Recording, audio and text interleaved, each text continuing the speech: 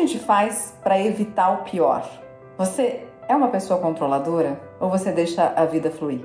Vamos falar um pouco sobre isso?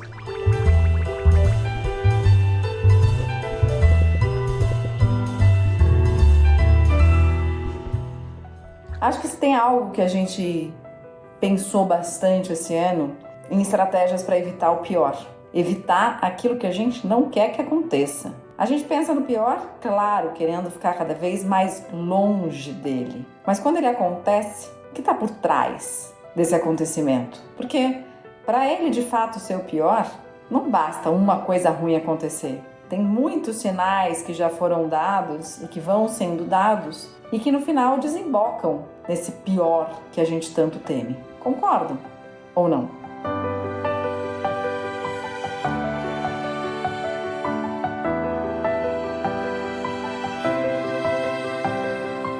Vou dar um exemplo.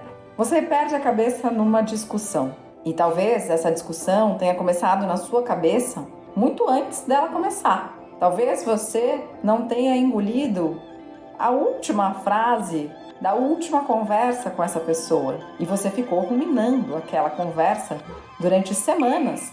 E aí na próxima oportunidade, embora você não estivesse pensando em discutir, você discutiu e acabou no pior.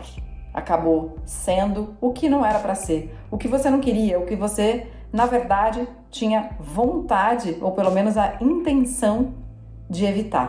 E como é que a gente evita então? Bom, primeiro, pegando esse exemplo, muitas vezes essa discussão mental que a gente ficou fazendo com essa pessoa com a qual a gente não queria discutir, ela acontece na nossa mente sem que a gente perceba que ela está acontecendo. Ou seja, a gente não tem a consciência dessa discussão mental. Então a primeira coisa é a gente perceber esses sinais. E esses sinais, muitas vezes, eles são físicos. Eles estão no nosso corpo. A gente percebe esses sinais através de uma dor de cabeça que nos acompanha durante algumas semanas ou alguns dias. A gente percebe esses sinais com a nossa dificuldade de dormir, que a gente não sabe muito bem como se explica. A gente pode perceber esses sinais também quando a gente acorda e a gente sente uma tensão, como se a gente estivesse, de fato, tendo ficado a noite inteira mastigando alguma coisa ou com o maxilar super pressionado. Só que a gente normalmente caminha pelo mundo sem conectar uma coisa com a outra, sem ligar os pontos entre aquilo que a gente está sentindo e aquilo que, de fato, faz sentido. Percebe? Porque se eu tô sentindo uma dor de cabeça, mas eu não dou a ela um significado, eu não vou conseguir curar aquela dor de cabeça, porque eu não vou descobrir por que ela tá lá. Eu tomo um analgésico, a dor de cabeça passa e eu sigo a vida. Mas aí ela volta, porque eu não descobri ainda o sentido daquela dor de cabeça.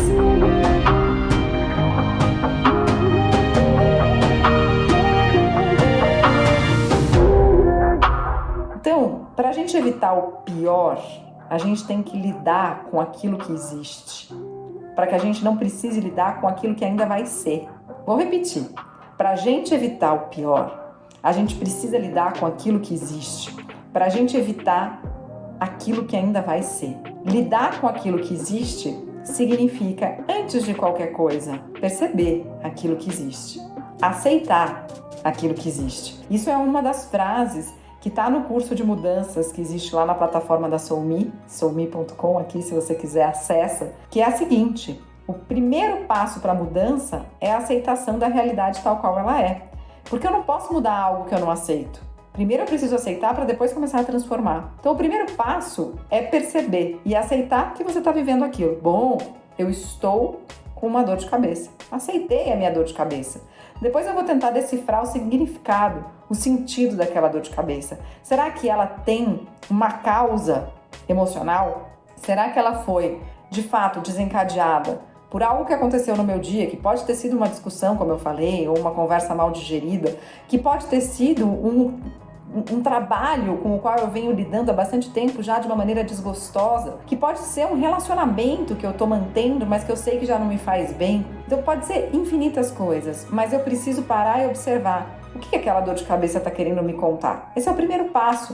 O primeiro passo é a gente descobrir aquilo que é. Aí, a partir desta reflexão sobre aquilo que já é, a gente dá o segundo passo. O que será que isso quer dizer?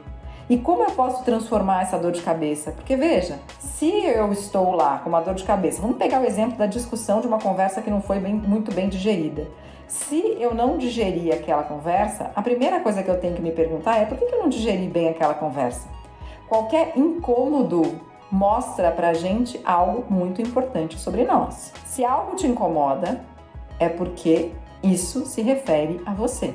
A gente acha que o outro incomoda a gente acha que alguma coisa que a gente vê incomoda a gente acha que alguma coisa que os outros fazem incomoda a gente, mas na verdade, o que nos incomoda é o que está dentro da gente. Então, se algo te incomoda, preste atenção nesse incômodo. Bem, vamos voltar para o exemplo lá da conversa. Qual foi a frase ou o assunto desta conversa que não foi bem digerido por você? E por que ele não foi bem digerido por você? Será que você precisa voltar a conversar com essa mesma pessoa para conseguir digerir esse assunto? Ou será que você sozinho consegue digerir aquele assunto pensando só sobre o incômodo em você? Essa semana eu estava fazendo a minha aula de dança, né? E aí eu comecei com uma dor no quadril. E então minha professora me perguntou: você consegue perceber o que no seu corpo desencadeou essa dor no quadril?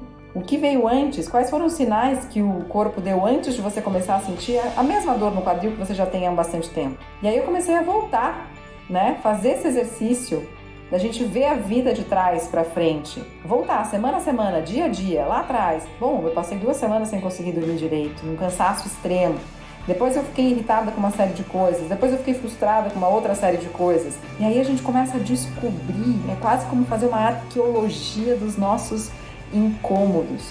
A gente vai lá e vai escavando, pontinho por pontinho, assim, até que a gente descobre: puxa, se eu tivesse dormido melhor. Então vamos lá, vamos voltar.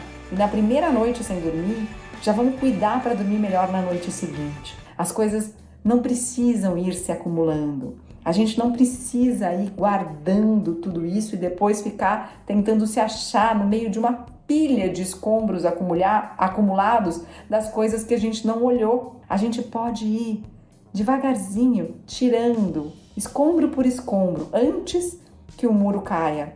E aí a gente vai evitar o pior. Você já conseguiu evitar o pior assim alguma vez na sua vida? Compartilhe aqui comigo. E se você gostou desse vídeo, se inscreve no canal, porque a gente sempre está postando algo nessa linha de conteúdo, tá bom? Aperta lá o sininho. Um beijo e a gente se vê por aqui.